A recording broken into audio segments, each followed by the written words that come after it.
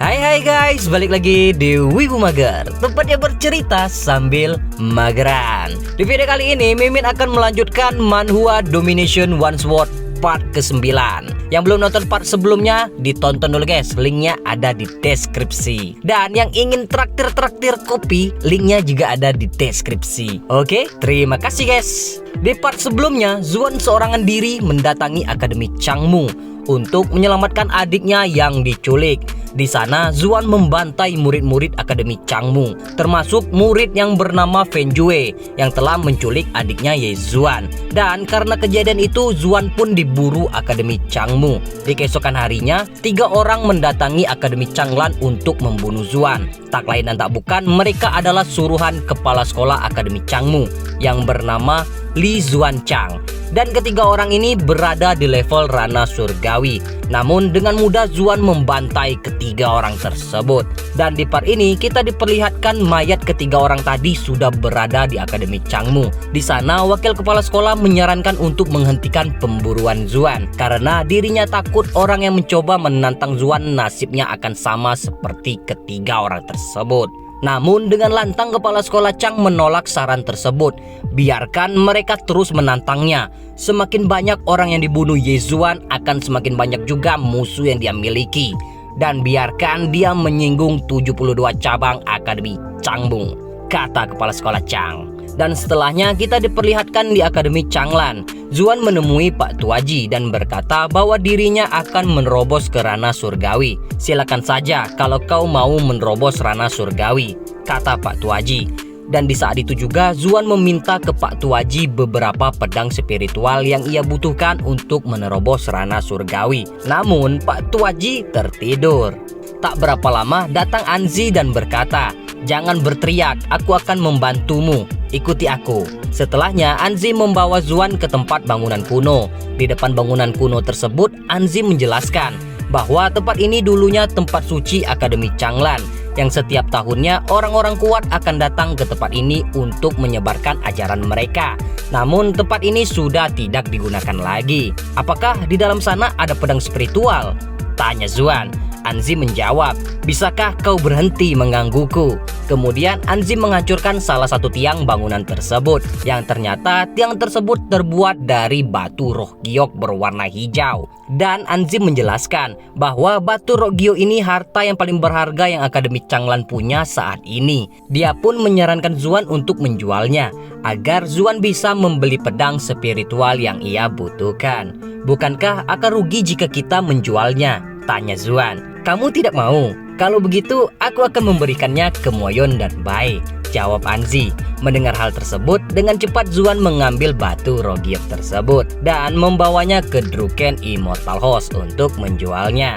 Di sana Master Lantai 9 Druken Immortal House pun memeriksa giok tersebut, lalu berkata bahwa satu giok tersebut berharga 50.000 koin emas, dan jika semuanya dijual akan mendapatkan 5 juta koin emas. Zuan pun bertanya, "Satu senjata spiritual harganya berapa?" "Biasanya di harga 3 juta koin emas," jawab Master Lantai 9. Mendengar hal tersebut, Zuan mengatakan bahwa dirinya cuma bisa membeli satu pedang saja, dan itu sangatlah tidak cukup. Kemudian Master Lantai 9 berkata ke Zuan, "Aku akan memikirkan cara untuk membantumu, jadi tunggulah sebentar." Sembari menunggu, Zuan melihat ada wanita yang lagi mengukir burung di luar jendela. Dan tak berapa lama Master Lantai 9 muncul membawakan 2 pedang spiritual, lalu memberikannya ke Zuan. Zuan bertanya kenapa dirinya diberikan 2 senjata, sedangkan uangnya hanya 5 juta koin emas.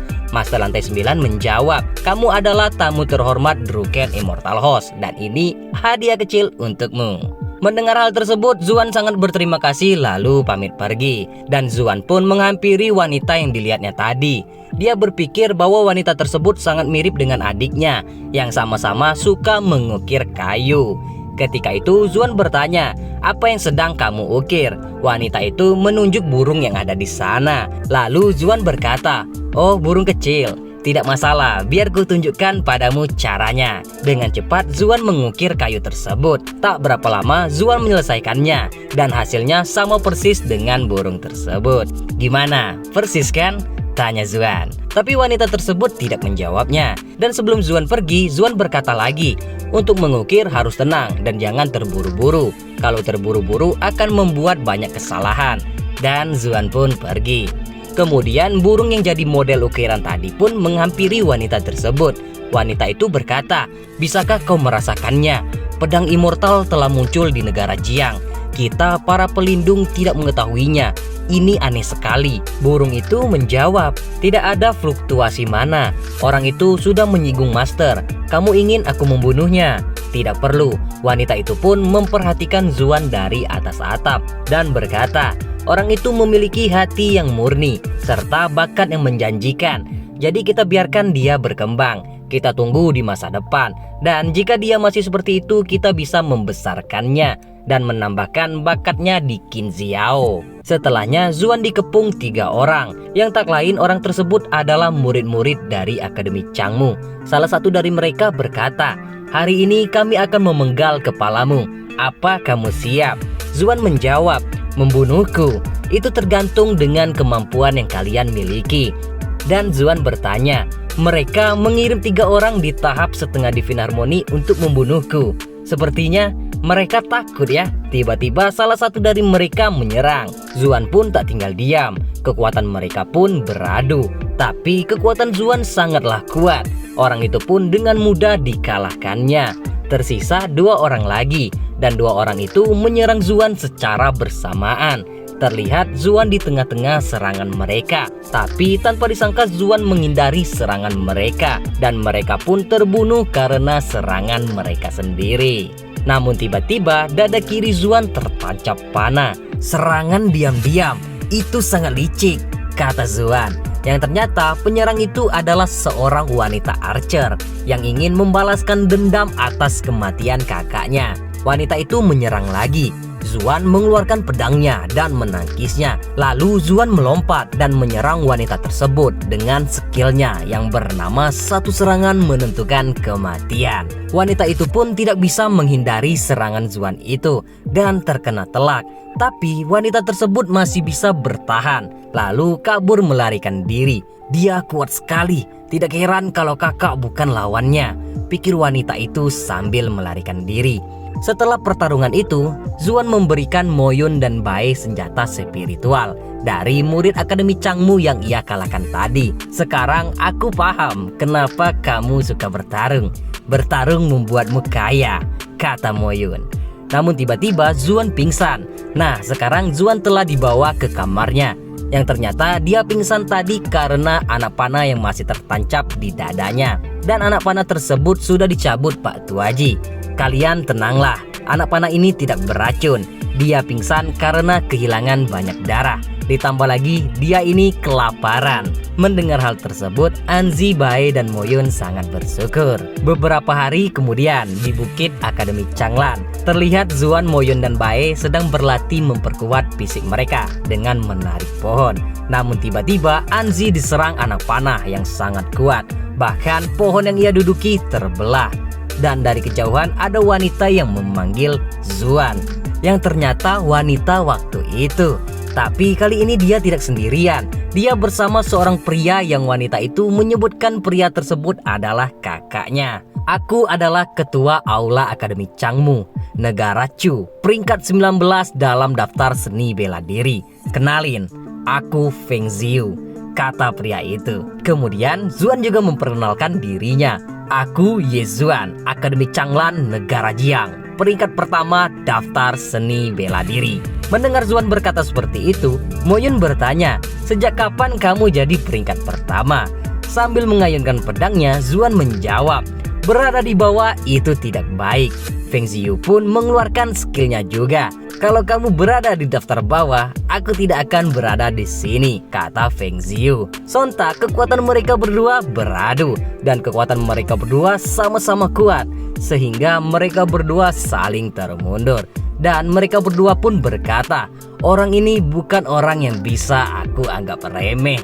Namun tiba-tiba datang seorang pria tua menghentikan pertarungan mereka. Yang ternyata pria tua ini adalah masternya Feng Ziyu. Dan pria tua tersebut menyuruh Feng Ziyu berteman dengan Zuan. Kamu tidak perlu khawatir, kita tulus ingin berteman." Mendengar hal tersebut, tentu Zuan tidak mengiyakan begitu saja. "Kemarin kalian menyerangku, dan hari ini menyerangku lagi. Apa itu yang disebut dengan tulus?" kata Zuan. Sontak Pak Tua itu mengeluarkan 3 pedang spiritual yang sangat tinggi dan memberikannya ke mereka. Tampak Moyun dan Anzi sangat senang diberikan pedang tersebut, tapi Bai hanya terbengong. Setelahnya Zuan berkata, "Apa kamu pikir memberikan kami beberapa pedang bisa memaafkan mereka? Aku tidak akan memaafkan mereka dengan mudah." Lalu Pak Tua itu bertanya, "Apa yang kamu inginkan agar kamu melupakan semua dendam yang mereka buat?" Zuan pun menunjuk wanita tersebut, lalu berkata, "Berlutut dan bersujud 3 kali di hadapanku." Tentu saja wanita tersebut tidak mau melakukannya, karena itu sama saja memalukan masternya. Mendengar itu, Zuan pun melempar pedang spiritual tersebut ke tanah dan menyuruh mereka untuk pergi. Sontak Pak Tua itu yang bersujud, lalu meminta maaf menggantikan wanita tersebut. Melihat hal tersebut, Zuan langsung menghampirinya, mengatakan kalau dirinya bisa melihat ketulusan Pak Tua tersebut.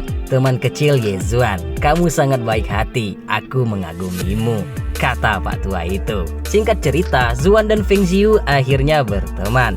Di saat itu juga Bai bertanya, Pak Tua, kok aku tidak dapat apa-apa ya?" Pak Tua itu pun memberikan Bai botol eliksir, karena Pak Tua itu tidak punya hal yang cocok untuk Bai. Dan mereka bertiga pun pamit pergi. Di perjalanan Feng Xiu bertanya, kenapa Master ingin berteman dengan Zuan dan menyerahkan harta begitu saja. Pak Tua itu menjawab, "Selama aku bisa berteman dengan Ye Zuan, aku bersedia mengorbankan seluruh harta kekayaan negara Chu. Dan cepat atau lambat, dia akan segera mencari langit di atas kita." Setelahnya Zuan di dalam dunia cincin dan memulai ritual menerobos ranah surgawi. Terlihat 3 pedang sudah di depannya, dan ketiga pedang itu pun tersedot masuk ke dalam tubuhnya. Sontak pedangnya Zuan mengeluarkan aura. Dia pun pergi ke lantai 2 dunia cincin. "Aku punya berita bagus untukmu. Aku baru saja berhasil menerobos ranah surgawi. Dan sekarang pedang Ling Xiaoku sudah mencapai tingkat Ming atas. Dan aku memastikan kau tidak akan bisa keluar dari sini," kata Zuan. Sontak makhluk lantai 1 itu pun menunjuk Zuan keluar dari dunia cincin. Di luar dunia cincin, Zuan terkaget karena dirinya melayang di udara. Yang ternyata pedangnya sekarang bisa terbang. Dia pun berkeliling dengan pedangnya tersebut dan pamer ke Bai, "Mulai sekarang panggil aku Ye Jianxian." "Terima kasih," kata Zuan. Mendengar Zuan berkata seperti itu, Bai berpikir kalau Zuan memiliki penyakit otak. Kemudian Zuan juga pamer ke Pak Tuaji. "Mulai sekarang panggil aku Ye Jianxian," kata Zuan. Sontak minuman di mulut Pak Tuaji itu tersembur mendengar Zuan berkata seperti itu. Dan Pak Tuaji memberikan Zuan 1 keping koin emas, lalu berkata, "Pergi dan cari dokter secepat mungkin, jangan menunda." Zuan pun hanya terdiam lalu pergi. Tiba-tiba kepala sekolah Chang datang memberitahukan bahwa orang terkuat pertama di negara Ning yang bernama Tuohu sudah menemukan misteri yang tidak diketahui di Gunung Giok, dan juga berkata lagi bahwa negara Ning membuka kesempatan bagi seseorang yang berumur 20 tahun untuk berpartisipasi memperebutkan barang bagus di tempat rahasia negara Ning. Dan karena tadi dia melihat Zuan bisa terbang, dia juga berkata bahwa Zuan sangat cepat bisa menerobos ranah surgawi. Jadi dia bertanya, apakah Akademi Changlan akan berpartisipasi? Pak Tuaji menjawab, "Kamu tidak disambut di sini, jadi pergilah, dan Akademi Changlan tidak akan ikut serta." Mendengar itu, kepala sekolah Chang menghancurkan tembok, dan terlihat Lingger sudah ditangkap 2 pria. Di keadaan itu, Pak Tuaji terkejut bercampur marah. Dia tidak menyangka bahwa Akademi Changmu mengirim 2 orang di ranah manifestasi untuk menangkap Lingger. Dan Pak Tuaji berkata, "Aku akan membunuh semua murid Akademi Changmu jika kalian berani menyentuh dia. Kami hanya ingin hidup Ye Zuan. Katakan pada Ye Zuan, kalau dia tidak berpartisipasi, aku akan membiarkan adiknya mati di tempat rahasia," dan katakan, datang ke ranah rahasia sebelum 3 hari, kata kepala sekolah Chang. Tapi ketika mereka ingin pergi, Zuan pun datang sambil berkata, tua Chang brengsek, lepaskan adikku. Namun Zuan tidak ada apa-apanya bagi kepala sekolah Chang. Dengan 1 jari saja Zuan dikalahkan dan terlempar ke tembok. Di saat itu juga kepala sekolah Chang berkata, kalau kamu ingin menyelamatkan adikmu, datang ke ranah rahasia di negara Ning dalam 3 hari. Kepala sekolah Chang pun pergi. Zuan ingin mengejarnya, namun Pak Tuaji menghentikannya. Jangan gegabah Zuan, aku minta maaf. Tapi aku tidak menyangka tua Chang brengsek itu menggunakan trik kotor melawanmu. Aku tidak menyalahkan siapapun. Aku yang salah karena diriku yang terlalu lemah, kata Zuan. Ketika itu Moyun, Anzi dan Bae bertanya ke Pak Tuaji apa yang terjadi kepada Zuan. Pak Tuaji menjelaskan kalau nyawa Lingger dalam bahaya dan mereka menyuruh Zuan untuk datang ke ranah negara Ning. Brengsek, akademi Changmu menjijikan, kata Moyun.